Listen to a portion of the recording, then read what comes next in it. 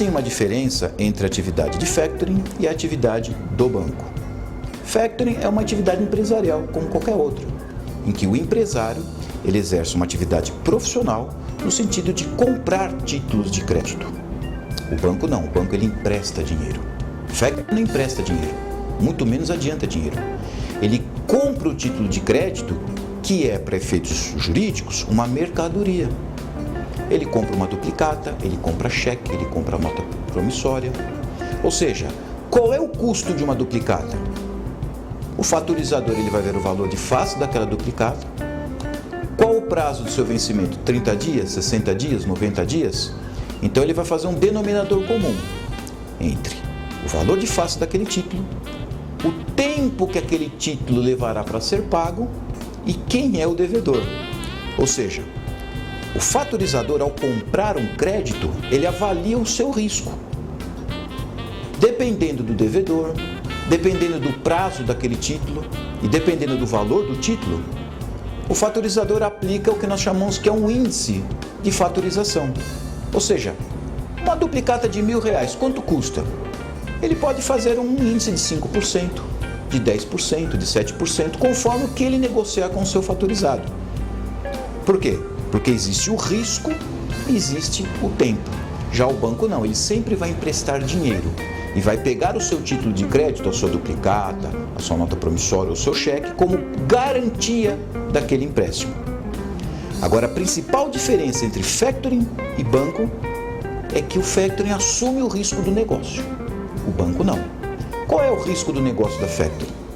Imagine que eu sou empresário, saquei uma duplicata contra um devedor e vou trocar essa duplicata no factoring. Ou melhor, eu vou vender essa duplicata. A factoring compra essa duplicata por um índice de fatorização, 5%, 7%, 10%, o mercado, conforme as partes ali negociarem. Se o meu devedor não pagar aquela duplicata, por mero inadimplemento, ou seja, porque ele não tem dinheiro para pagar, a factoring não pode cobrar de volta o seu fatorizado.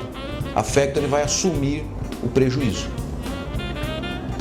Agora, se o meu devedor, o meu sacado daquela duplicata, não pagou a duplicata porque eu vendi uma mercadoria com defeito, ou porque eu não entreguei a mercadoria conforme o tratado, evidentemente que a factoring não tem nada a ver com isso.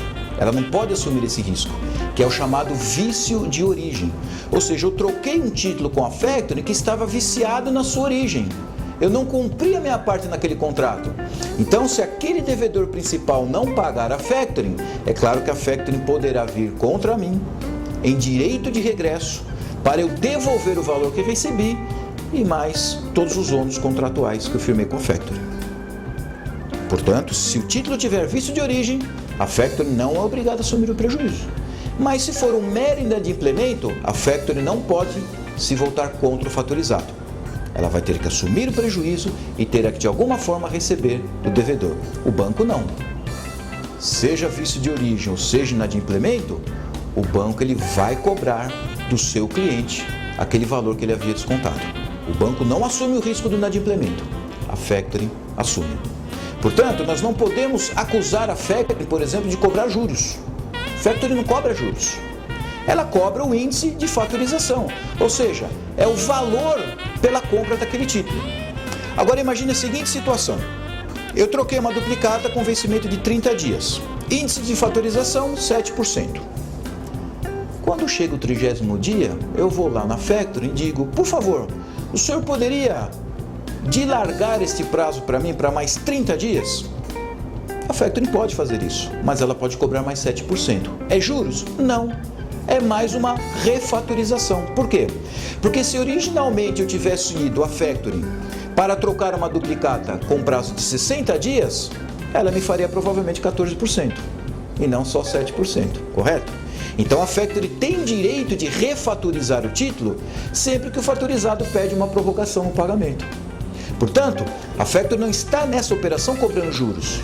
Ela está se amoldando às novas condições de negociação que o fatorizado lhe propôs. Então, esta é a grande diferença entre factoring e o banco. A factoring compra o crédito. O crédito é uma mercadoria como qualquer outra, que ele está comprando e assumindo o risco de inadimplemento. O banco não. Ele está lhe adiantando dinheiro, ele está te emprestando dinheiro, obtendo aquele título de crédito como garantia. Se por inadimplemento ou vício de mercadoria, não importa, se aquele título não foi pago, o banco se voltará contra o seu próprio cliente. É isso.